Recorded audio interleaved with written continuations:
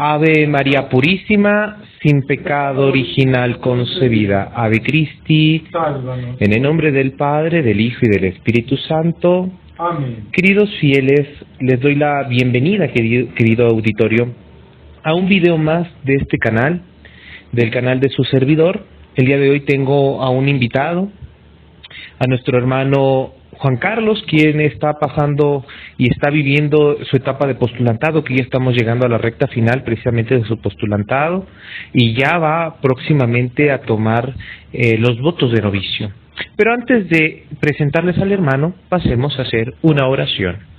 Pater noster, qui es in celi, sanctificetur nomen tuum, adveniat regnum fiat voluntas tua, sicut in cielo et in terra. Pater nostrum quotidianum da nobis hodie et dimitte nobis debita nostra, sicut et nos dimittimus debitoribus nostris, et ne nos inducas in tentationem, sed libera-nos a malo. Amén.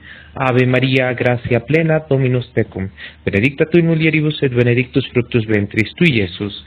Santa Maria, Mater Dei, ora pro nobis peccatoribus, nunc et in hora mortis nostre. Amén. Gloria Patri et Filio et Spiritui Sancto, Sicut erat in principio et nunc et semper et in saecula saeculorum. Amén.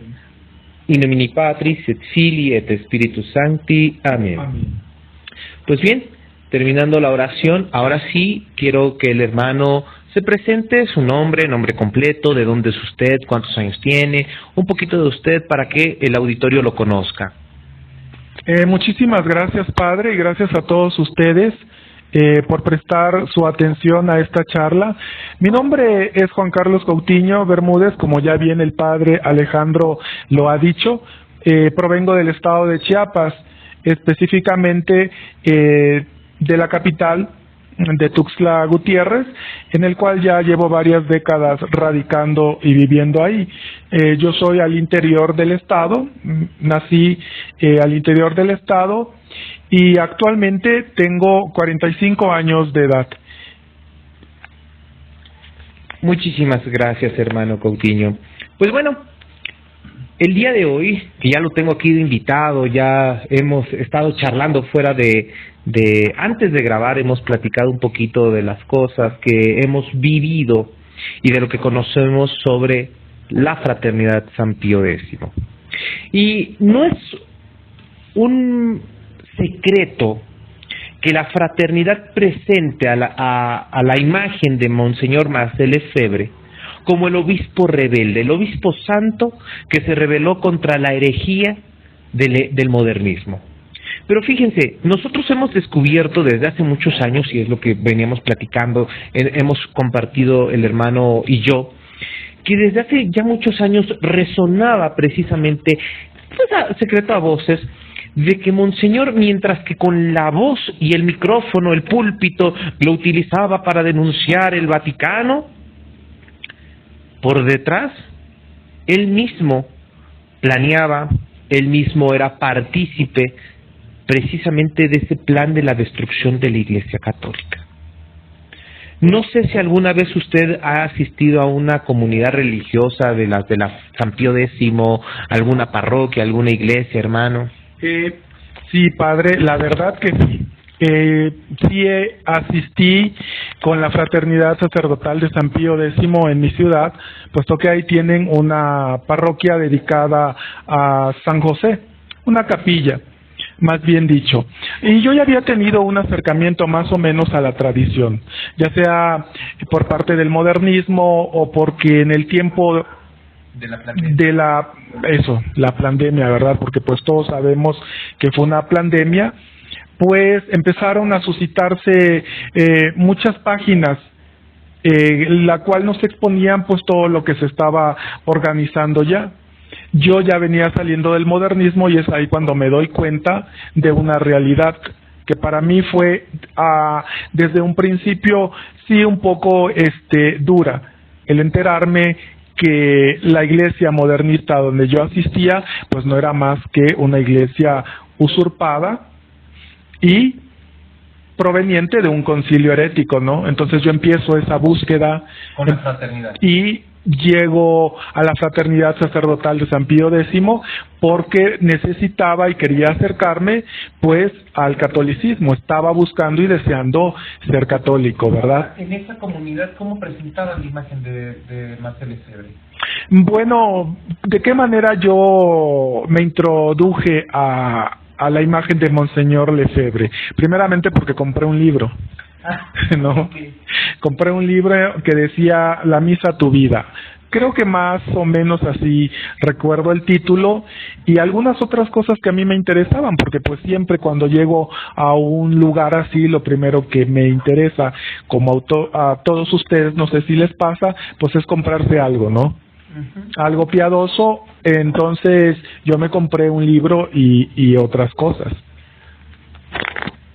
Bueno, entonces, cuando usted asistió a esa parroquia, ¿cómo fue la impresión, o más bien, cuál fue la impresión que le dieron de Marcel Lefebvre? Porque por ahí salía en la plática de que no todos tenían a Marcel Lefebvre como santo. De hecho, mismos lefebristas han confirmado muchas de las versiones ocultas de la personalidad de Marcel Lefebvre.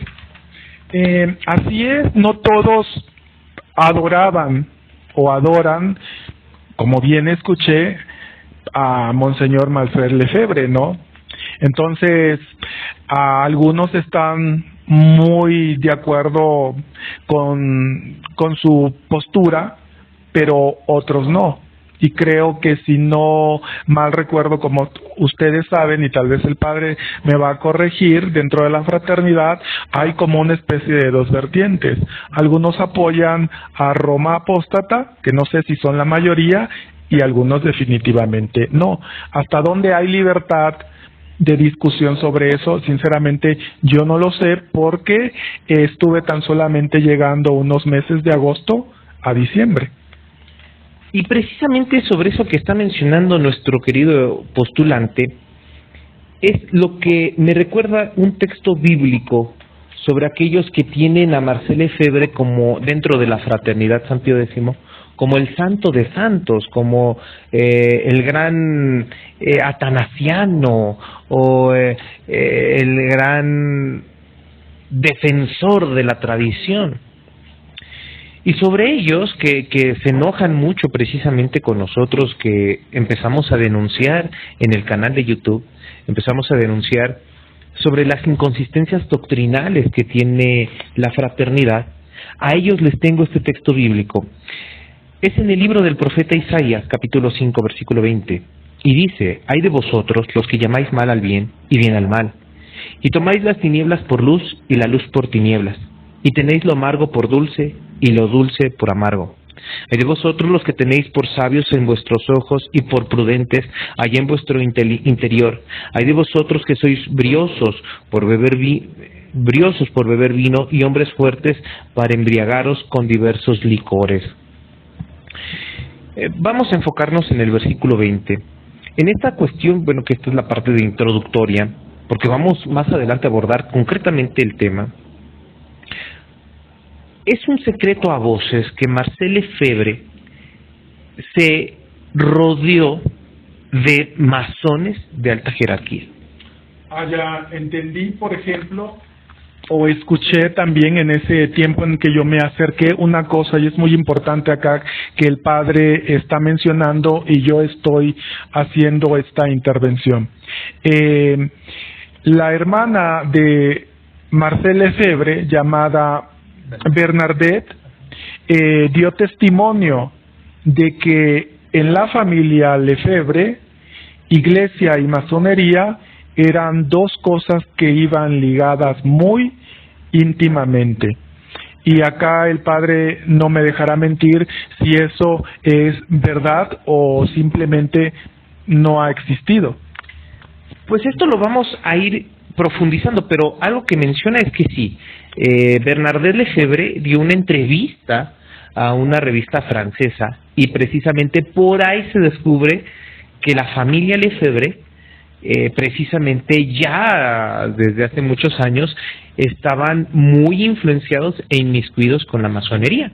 Y no es un secreto, no es un mito, no es una cuestión que alguien se haya inventado y se haya sacado de la manga, de que el mismo obispo ordenante y consagrante Liénard era masón grado 30. Era un masón grado 30. Entonces fíjense cómo viene esta paradoja. Mientras que Lefebvre tomaba el micrófono y el púlpito y denunciaba la herejía modernista y ser el faro, precisamente el faro de la luz de la tradición, por detrás y por debajo del agua se coludía. Vamos a ver en este video, vamos a ver cuando era sacerdote en Gabón. Cuando fue sacerdote en Gabón, cómo la Tercera República, que era liderada mayoritariamente, o sino que es absolutamente por masones, mientras que en Francia y en otras partes de las colonias francesas en África corrían a sacerdotes, cerraban seminarios, cerraban conventos, ahí lo protegían. Y su fama y su ascenso meteórico fue sorprendente. Fue sorprendente porque fue en pocos años. Como mientras muchos sacerdotes morían en el anonimato, Marcel Lefebvre tenía una fama meteórica que empezó a crecer, y no hubo tantas complicaciones, aunque sí había complicaciones, ¿verdad? No todos estaban de acuerdo con Marcel Lefebvre, pero eran católicos los que no estaban de acuerdo con Marcel Lefebvre. Hay muchos testimonios y eso lo vamos a ir descubriendo en este video. ¿Fue el lefebrismo el último bastión de la fe o fue la herramienta perfecta de la masonería para crear un cisma controlado y purgar a los verdaderos tradicionales de la estructura de la Iglesia? Bienvenidos a una investigación que no busca confirmar mitos, sino sacudir los cimientos de lo que creías saber. Prepárate para los documentos, las fechas y las paradojas que el lefebrismo no puede responder. Y cerramos con esta pregunta, a ti que nos estás viendo. ¿Y si los documentos de la misma fraternidad que han intentado ocultar cuentan una historia radicalmente distinta?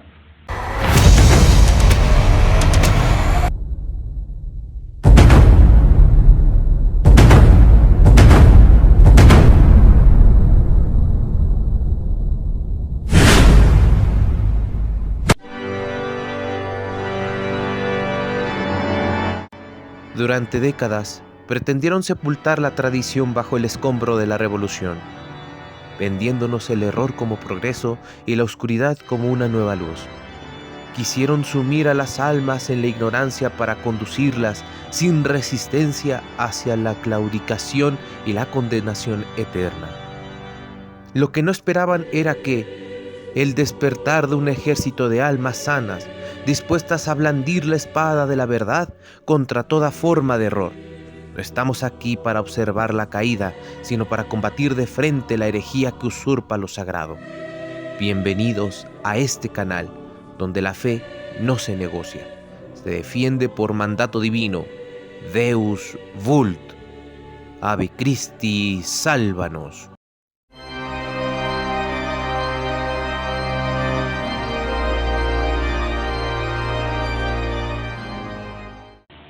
Bueno, respondiendo a su pregunta, hermano, sí, efectivamente, la Fraternidad San Pío X, de manera corta y concreta, es un caballo de Troya. ¿Con qué finalidad? Porque cabe en algunos de los oyentes del auditorio que nos ve desde sus casas, a lo mejor de buena fe, diciendo, bueno, es que a lo mejor ustedes no conocen la situación o por qué Marcel Lefebvre habría actuado de esa manera, si no es por preservar la tradición. Entonces, es menester explicar que lo que ellos están creando es una disidencia controlada. O sea, su finalidad es crear una disidencia controlada. El caballo de Troya no es que ellos se infiltren en el modernismo, sino que de manera que aparentan, siendo católicos, detengan a los católicos que huyen del modernismo. Detengan a los católicos que quieren huir del modernismo.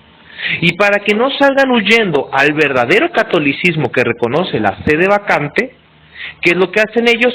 Crear una disidencia controlada. Pero para que me pueda entender y por qué el auditorio muchas veces no acepta la situación de los que están dentro del efebrismo, de esta secta del efebrismo, no aceptan la situación de que Marcel Lefebvre no era católico y que la fraternidad no sirve al catolicismo y que no debemos ni siquiera acercarnos a los sacramentos, vamos a verlo de la siguiente manera. Existe dos situaciones. La primera situación es la de nosotros, que imagínense que yo encuentro aquí con usted un vaso, un jugo, una bebida, y yo sé que el chef es un asesino a sueldo, y le digo, ese es un asesino a sueldo, no es un chef, es un falso chef, y esto que usted se va a tomar es veneno, no se lo tome. Y es más, hasta cínicamente podría salir el chef, como ha venido sucediendo en el modernismo, y decir, sí, pues hay herejía, ¿no? Que Bergoglio reconoció que él decía herejías. Y la gente aún así se traga el veneno. A pesar que uno les diga no. ¿Cuál es el problema de ello? Que vienen con un problema de disociación cognitiva.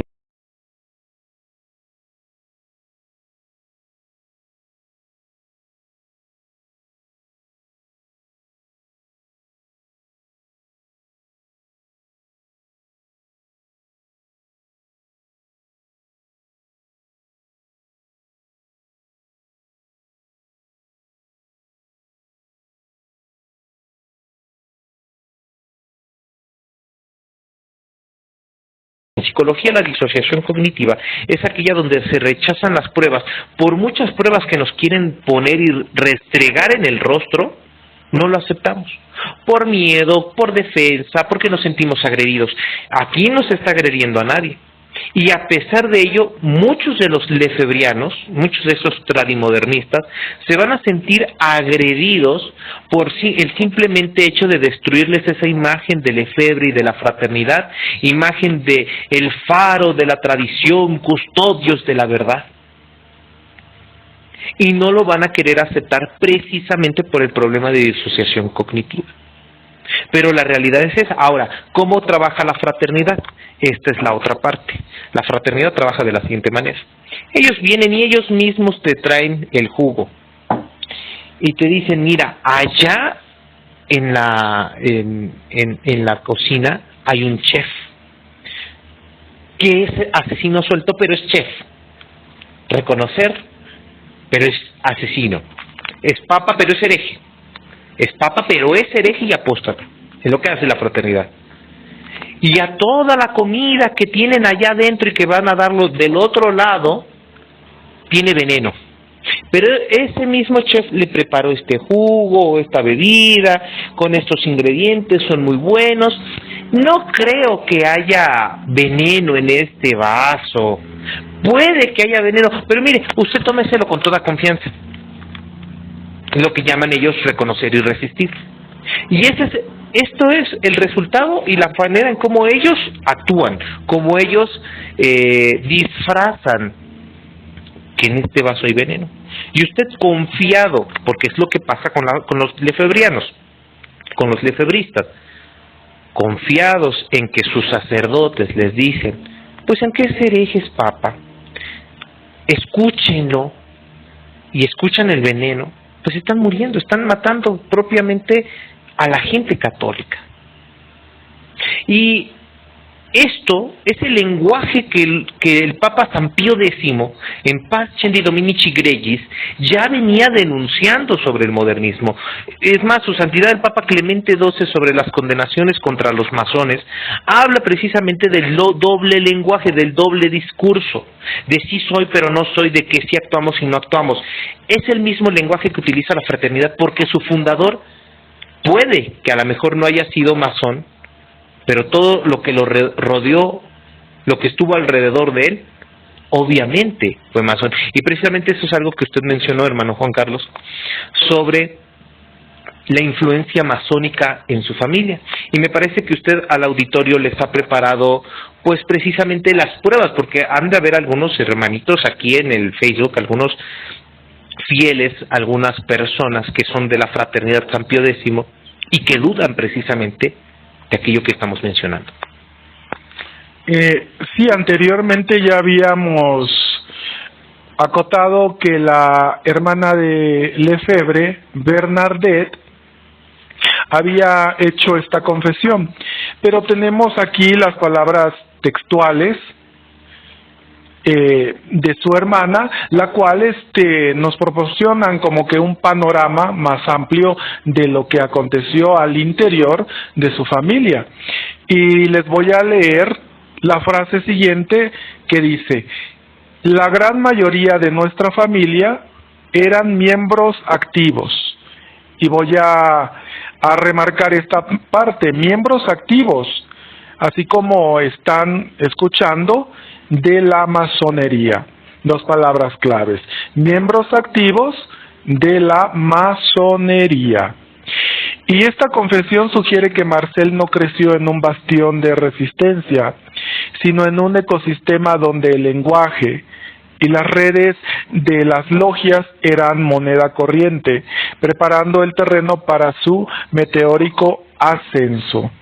Escriben Hugo María Kellner y el doctor Eberhard Heller en su entrevista INSIC Múnich, entonces, en el cual da testimonio la hermana que dos cosas eran muy importantes al interior y al seno más íntimo de la familia.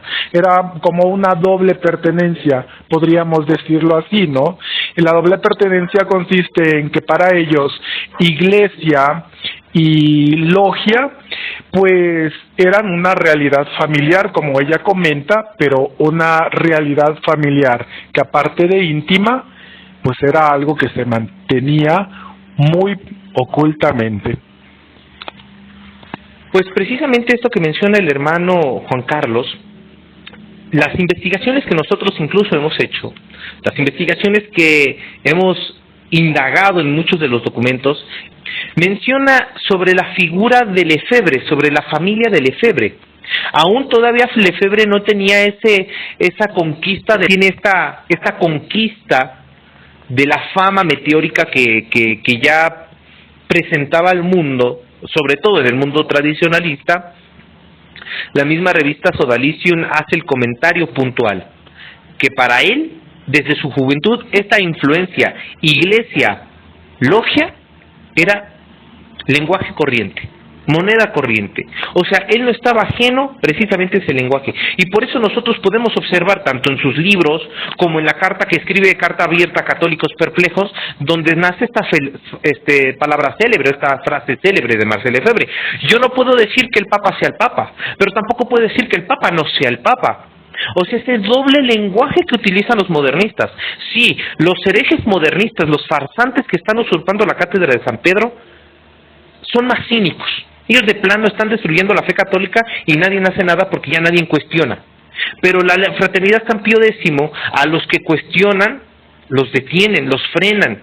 De tal manera que, lo que habíamos platicado la otra vez, los manipulan, les meten miedo, o los manipulan de otra manera, con que te vas a ir, ¿quién te va a dar los sacramentos? Y viene ese temor, viene ese miedo, y como usted bien mencionó la última vez, hermano, muchos de los que están en la fraternidad, y por eso es que hacemos este video, para que despierten su conciencia, no pueden salir de esa secta porque los tienen manipulados. ¿Algo más que guste agregar antes de ir al siguiente corte?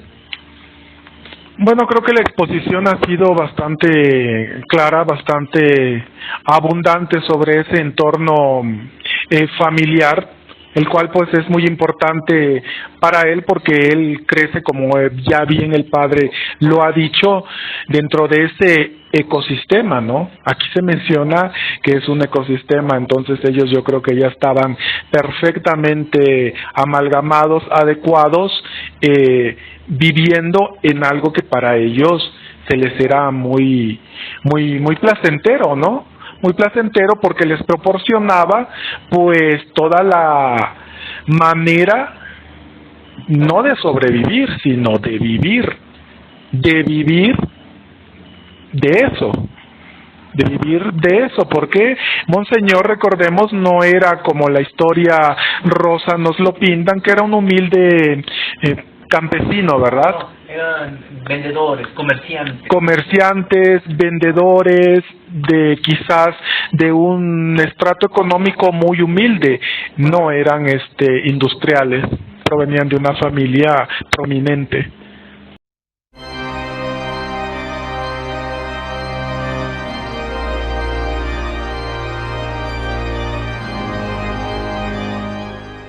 Así es, efectivamente, hermano.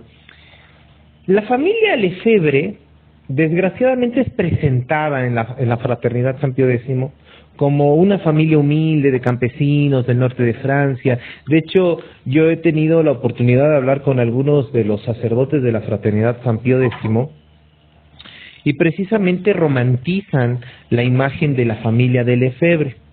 Pero cuando nosotros nos empezamos a indagar, empezamos a investigar más a fondo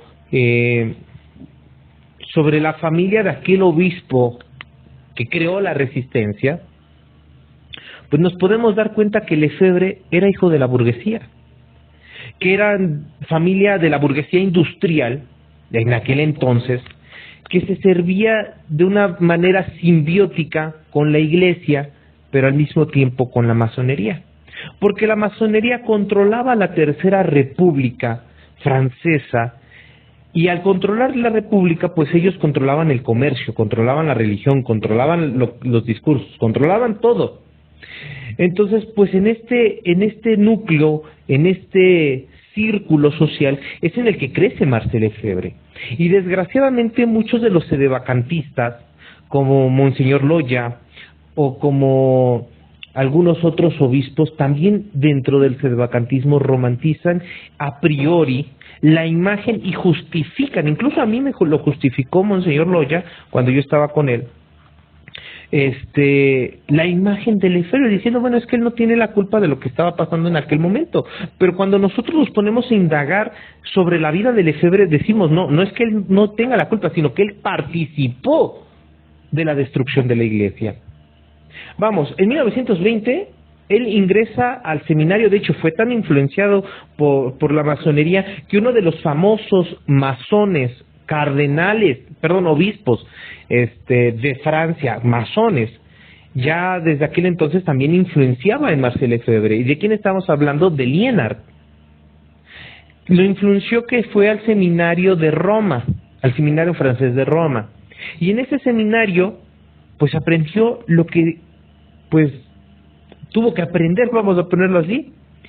Y lo que tuvo que aprender y lo que aprendió en ese seminario, ya el mismo Monseñor Jun, si no me recuerdo, corríjame hermano, el Monseñor Jun ya criticaba a ese seminario por ideologías liberales disfrazadas de piedad.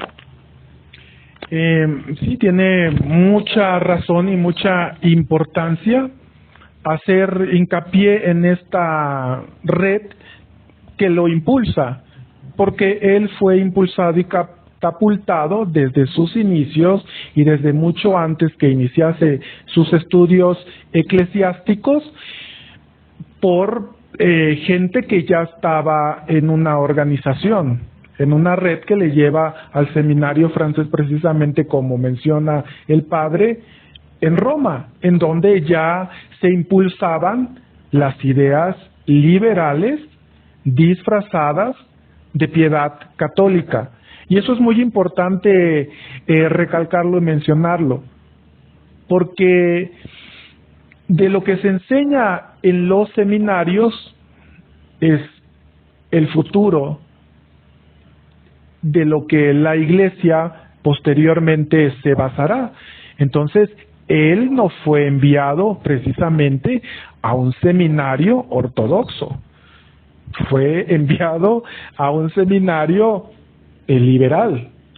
Y en Francia, teniendo un poco de conocimiento sobre la historia de los franceses desde la Revolución Francesa y todo lo que aconteció después y cómo ellos se desviaron del catolicismo, después yo creo que, como dice la palabra anterior, eso ya era un caldo de cultivo o un ecosistema que ya empezaba a cuajarse. Exactamente. Sí, es tan puntual que de hecho Lienard, el mismo obispo que lo ordena, usted tiene ahí las fechas, no sé si me puede ayudar, están del otro lado. En 1929, sí, 1929. Que lo ordena en 1929, o sea, 9 años después de que entra al seminario de Roma. Pero Lienard era de la misma región que Marcel Lefebvre, era también del norte de Francia. Marcel Lefebvre era de una familia del norte de Francia, Lienard era del norte de Francia, para ser específicos de la arquidiócesis de Lille. Sí, porque también hemos hecho bien la tarea para investigar y saber de lo que estamos hablando, no solamente hablar porque sí. El mismo Lienard fue el que lo acogió y tuvo sobre él mucha preferencia precisamente por estas, como usted menciona, hermano Juan Carlos, redes de familia que lo llevaron y lo impulsaron hasta donde hoy en día está la imagen de Marcel Lefebvre, que públicamente Lefebvre para los modernistas fue una mala imagen, una imagen cismática, pero internamente sirvió a los mismos fines que los modernistas, que es la destrucción de la iglesia, detener a los católicos para que no se salgan de la secta modernista y que se queden en la iglesia, todos aquellos que entrañan, que extrañan, que aman la fe católica, y les meten el miedo de que es que, primero, la manipulación con respecto a la doctrina, es que no hay una autoridad que diga, que se oponga al falso papa o al papa, y como no hay una autoridad, la sede no está vacante, la sede sigue ocupada, no, la sede está usurpada. Y luego los otros, los que ya de plano sí reconocen la sede vacante, les dicen, pero ajá, ¿con quién vas a ir? Pero esta manipulación, es obvia que esta manipulación viene directamente desde la masonería. Y esto es lo que vamos a desenmarañar más a fondo por la misión que tuvo en Gabón.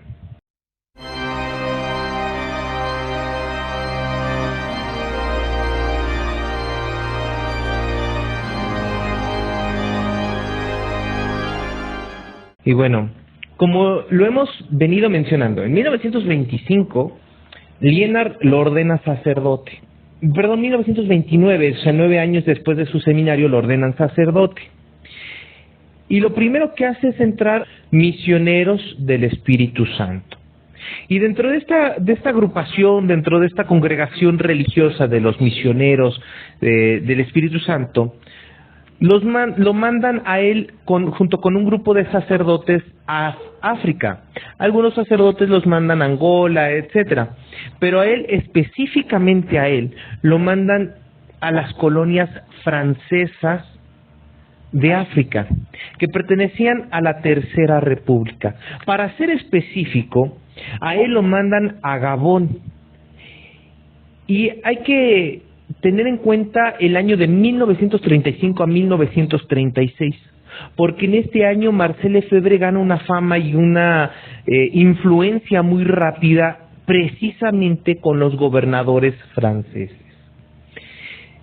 Vamos a ver el panorama histórico de Francia en aquel entonces. Francia para aquel entonces estaba padeciendo, después de la guerra francesa, una guerra masónica, estaba padeciendo pues una desacralización religiosa de sus instituciones, porque la religión católica era la que permeaba en todas las instituciones gubernamentales en aquel entonces, hasta que la Revolución Francesa vino a traer el laicismo. Entonces, la Tercera República estaba siendo liderada absolutamente por la masonería. Y esta fue la imagen que tuvo Marcel Lefebvre, esta fue la situación que estuvo Marcel Lefebvre precisamente como misionero en Gabón. Y fue tanta su influencia en Gabón que el propio gobernador de Gabón escribe de Marcel Lefebvre que se convirtió en un hombre de confianza.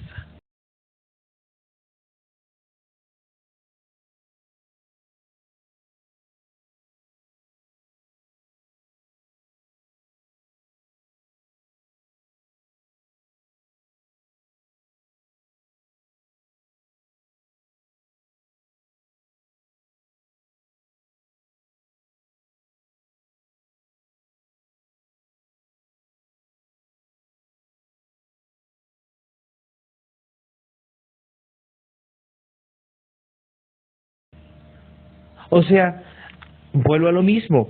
Puede que Marcel Lefebvre no haya pertenecido directamente a la masonería, pero de que sirvió a los planes masónicos, lo sirvió, tanto que era alabado por los masones, porque ningún masón alaba a los santos católicos, ningún masón venera ni aplaude lo que hacía la Iglesia Católica, incluso en contra de esta propia sociedad.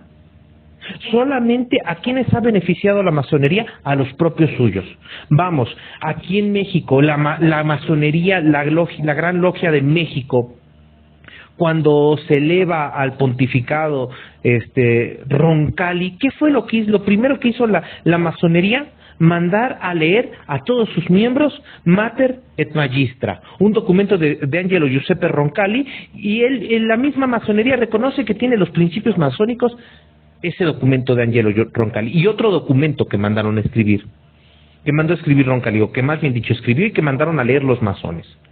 Si eso hicieron los masones con un masón que ya había escalado a la alta jerarquía de la Iglesia Católica, que fue el primer antipapa usurpador de la Cátedra de San Pedro, ¿por qué no aplicar ese mismo rigor con Marcel Lefebvre, que era alabado y era glorificado en los escritos por un gobernador masónico?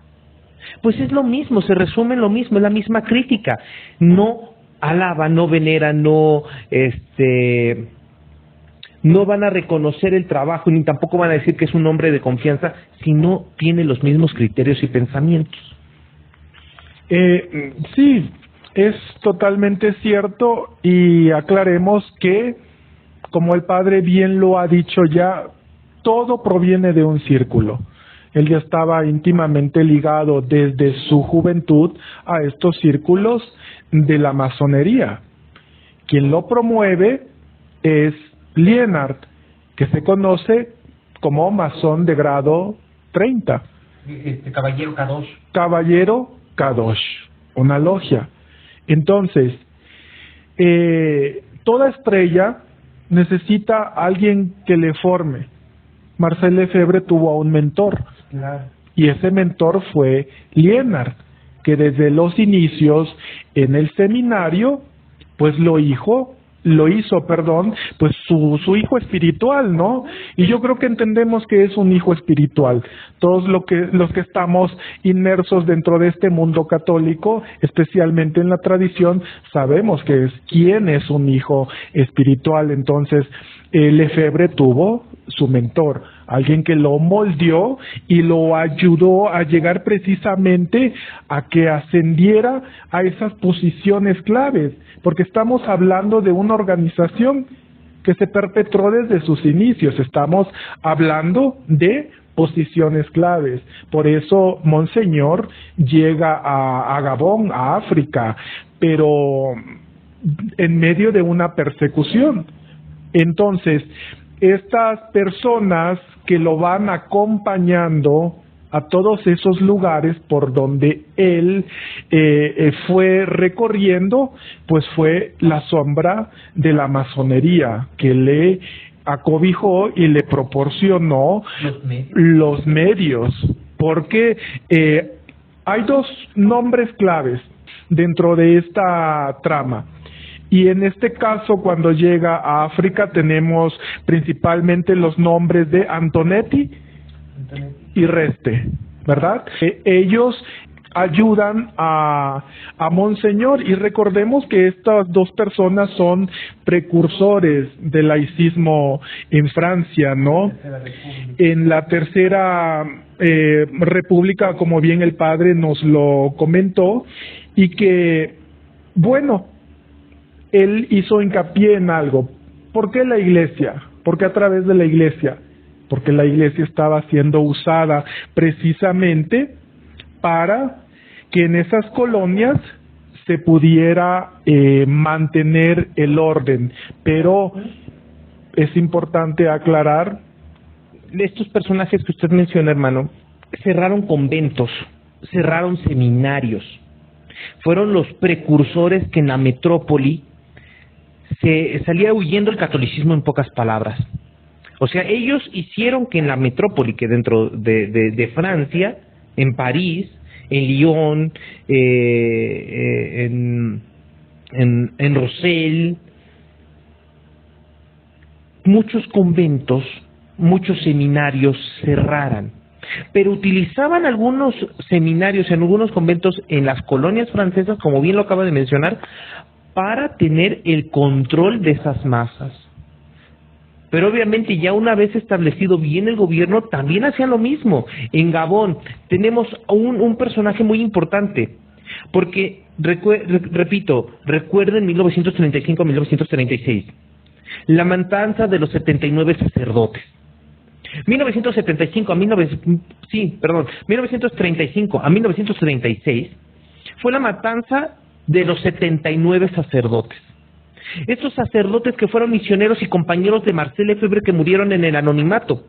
El mismo año que el mismo gobernador, que era Louis Bonvin, y ahí va a aparecer en pantalla la imagen de este sádico, de este masón enemigo de la iglesia.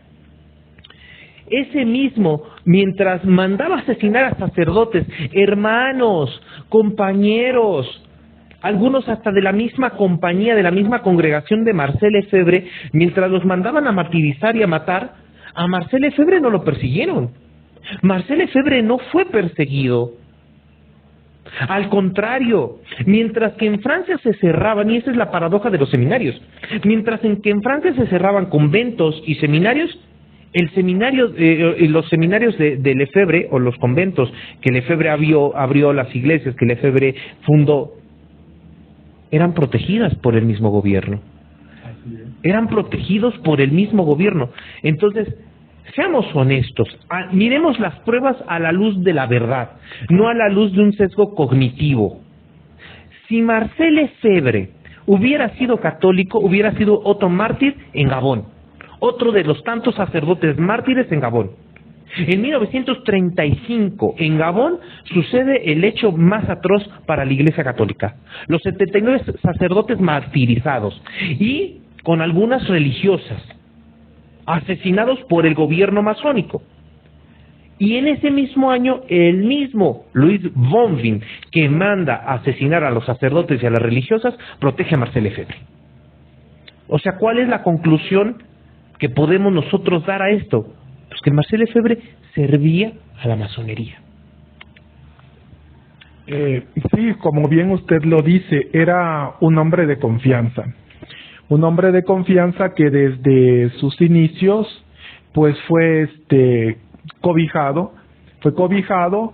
fue promovido, tuvo alguien que lo guió, lo condujo, y los resultados pues los estamos abordando de esta manera, ¿verdad? Porque pues él fue conocido como un santo rebelde, un santo rebelde, pero habría que aclarar en qué consistió su rebeldía.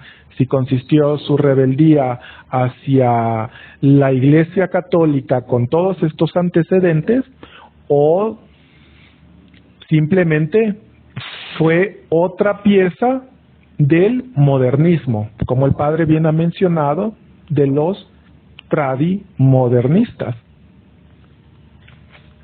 Así es, cabe concluir esta idea de en cuanto a él como misionero en Gabón, no fue protegido por piedad, porque obviamente si uno analiza el tiempo que él estuvo en Gabón, la matanza de tantos cristianos, la persecución de tantos sacerdotes, o sea, no fue que nada más mataron los 79 sacerdotes y ahí quedó la cosa, no, era una persecución sistematizada contra la Iglesia Católica, pero a él lo protegieron, pero no lo protegieron por piedad católica, no lo protegieron, y nadie puede alegar que yo he escuchado lefebristas decir, no, es que Louis Bonvin tenía una gran amistad y fue por piedad católica.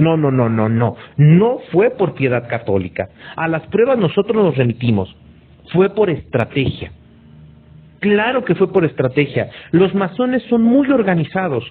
Algo que tienen las sectas masónicas es que son muy organizados y que ellos ya el tablero, o sea, ya el tablero, ya vieron, ya analizaron la partida y ya decidieron bajo qué peones van a trabajar, porque Marcel Lefebvre fue un peón, al igual que todos los falsos papas que vinieron después del conciliábulo herético satánico apóstata Vaticano II, fueron peones para la masonería. La masonería no trabaja en lo visto. La masonería, la verdadera masonería, los verdaderos enemigos de Cristo, no trabajan a la luz del día. Últimamente ya son más cínicos, ¿verdad? Pero de todos modos no trabajan a la luz del día. Utilizan lo que se llama primado negativo,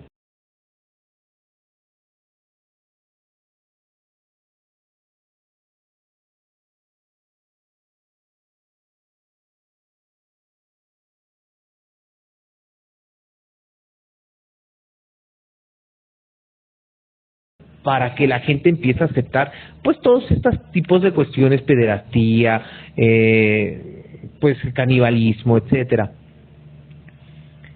Pero la verdadera trama y todo lo que verdaderamente sucede desde lo que se trama en lo secreto es, como lo acabo de decir, y sin caer en redundancias, desde las sombras. Entonces Marcel Lefebvre fue un peón. Ni siquiera fue un autor que encabezaba esta revolución, no, fue un peón que sirvió a la masonería, donde su familia siempre fueron miembros, simpatizaban, fueron influenciados por la masonería, y él solamente sirvió a ese plan de la destrucción de la Iglesia Católica. Y ese plan sigue hoy en día estando en marcha, porque la fraternidad es lo único que está haciendo.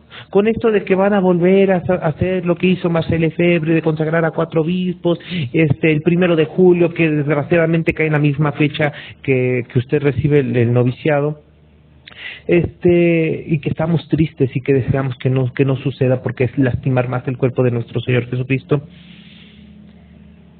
No es que estén siguiendo el ejemplo de Marcel Lefebvre, es que siguen cumpliendo con esa misión que tenía Marcel Lefebvre, y que Marcel Lefebvre nada más fue la figura.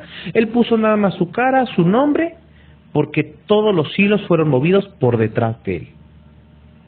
Al igual que Liénard, también fue un peón.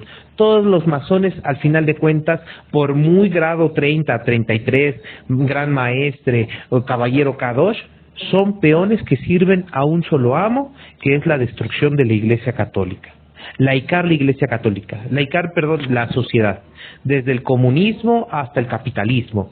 Todos sirven a un mismo amo, todos sirven a un mismo fin.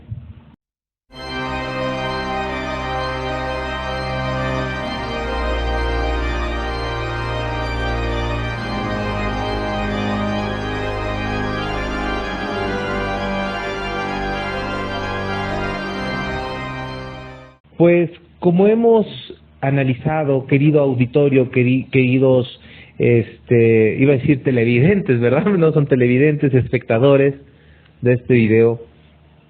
Ya hemos llegado a la recta final, pero creo que ha quedado muy claro y ha sido muy puntual este tema con respecto a los orígenes de la Fraternidad San Pío X. ¿Cuál es la finalidad de estos videos? Que todos los que están en la fraternidad abran los ojos, incluso los sacerdotes, las religiosas, y vengan al catolicismo verdadero. Ya tienen un paso, ahora falta que den el otro. El primer paso es reconocer que en Roma hay herejía, está el modernismo, y el siguiente paso es reconocer que un hereje no puede tener autoridad en la Iglesia, y que desgraciadamente, para tristeza de ellos, e incluso también tristeza de nosotros, porque esta congregación pudo haber servido a fines católicos y en realidad es una congregación cismática, porque está como el perro de las 2 tortas, ni traga ni deja tragar. Ellos están como el perro de las 2 tortas. A los católicos no los dejan ser católicos, pero tampoco los dejan ser modernistas. Entonces están en una tibieza espiritual. Ellos son tibios. Ahí en ellos se aplica aquello que dice el libro del Apocalipsis capítulo 3. Estoy por vomitarte de mi boca por ser tibio. Ojalá fueras frío o caliente, mas porque eres tibio estoy por vomitarte de mi boca. La fraternidad está en ese limbo, está en un limbo donde ni son católicos ni son modernistas, o son modernistas, más bien dicho, modernistas disfrazados de católicos, de tradicionales. Entonces, la conclusión es esta. Y hemos visto en este video, en el transcurso de este video, cómo la masonería influyó desde la familia, desde que él era pequeño. No sé si su padre, pero como dice su hermana Bernarde, la gran mayoría de los miembros de su familia eran miembros activos de la masonería. Sus tíos, sus primos, los comerciantes del norte de Francia eran influenciados por la masonería, y él también fue influenciado por la masonería. Aunque no haya pertenecido activamente a la masonería, sirvió al mismo plan de la masonería. ¿Y cómo tenemos esas pruebas? No solamente por lo que dijo su hermana Bernadette. No es que Bernadette haya culpado a su hermano Lefebvre, pero podemos observar las pruebas históricas. Desde Liénard, que por cierto, vamos a ver más adelante en el próximo video, vamos a abordar cómo el mismo Marcel Lefebvre reconoce que Liénard era masón. O sea, el mismo Lefebvre reconoce que Liénard era masón. Y era masón grado 30 desde 1912. O sea, desde antes de que Lefebvre, 8 años desde que antes de que Lefebvre llegase a ser sacerdote, o entrase al seminario, porque él entró en 1920, Liénard ya influenciaba sobre él en el norte de Francia, en Lille, en la arquidiócesis de Lille. Entonces es obvio que Lefebvre fue influenciado desde su familia, antes del seminario, durante el seminario. ¿A dónde fue a parar Lefebvre? En el seminario francés romano, que era juzgado por Monseñor Jean, de liberalistas, de ese pensamiento modernista, de liberalistas disfrazados de piedad, lo que hoy en día hacen la Fraternidad San Pío X. Son liberalistas, son herejes gálicos disfrazados de tradición católica, disfrazados de misa tradicional, disfrazados de muchísimo incienso, disfrazados de ornamentos recargados de simbolismo católico, pero en realidad no son católicos, no sirven al catolicismo. Una persona que está con la Fraternidad San Pío X no es católico. Es más, ni siquiera los modernistas los toman a ellos como católicos, así tan simple y tan sencillo. Son una comunidad cismática. Ahora, en el próximo video, queridos fieles, vamos a abordar una comunidad que usted conoció de cerca. Vamos a abordar el tema de esa pantomima que hubo entre CONE y el Vaticano. Y fue una pantomima porque, ¿cómo es posible? Y esto yo lo cuestiono. ¿Cómo es posible que el Vaticano no tenga reparo en destruir congregaciones que para ellos son peligrosas, representan un peligro, y a los lefebristas no los destruyen, a los lefebristas no los acaban, al contrario, los financian? Y de ello tenemos también muchas pruebas de cómo el Vaticano financia muchas de las misiones de los lefebristas a nivel mundial. Bueno, así es, hemos llegado a esta parte conclusiva. De por más interesante, espero que a ustedes también les haya servido la parte la que se ha documentado, como ya hemos visto. Esto es solamente la punta del iceberg, como se dice, porque pues ya hemos rastreado la sangre masónica de la familia, que desde sus orígenes fue influenciando al hombre de confianza que después sería Lefebvre, ¿verdad? Entonces, los cimientos, porque eso es importante hablar también de los cimientos de toda cosa que se construye. Los cimientos de la Fraternidad San Pío X no están hechas ni fundamentadas sobre la roca de Pedro, sino están fundamentadas sobre la arena, ¿verdad? La arena de la Amazonas. Así es, esa arena movediza que está llevando a los fieles que posiblemente caigan incautamente o por invitación, eso no lo sabemos. Como bien dice el padre, no son católicos. A mí también me lo decían o me lo habían dicho, me lo comentaron muy vagamente cuando yo frecuentaba en esa búsqueda de la necesidad de tener sacramentos, el llegar ahí y que haya sabido de que sí, precisamente, pues no son católicos. Muchísimas gracias, padre, por este espacio que me ha brindado y me ha prestado, y al mismo tiempo por haberle escuchado. No, al contrario, gracias a usted, hermano, por habernos compartido parte de la intimidad personal y experiencias que usted ha tenido dentro del modernismo, que ha complementado y también ha ilustrado precisamente lo que hemos venido diciendo. Y por último, algo que va a ser tan chocante, vamos a confrontar la imagen de Lefebvre con la de Monseñor Tuc.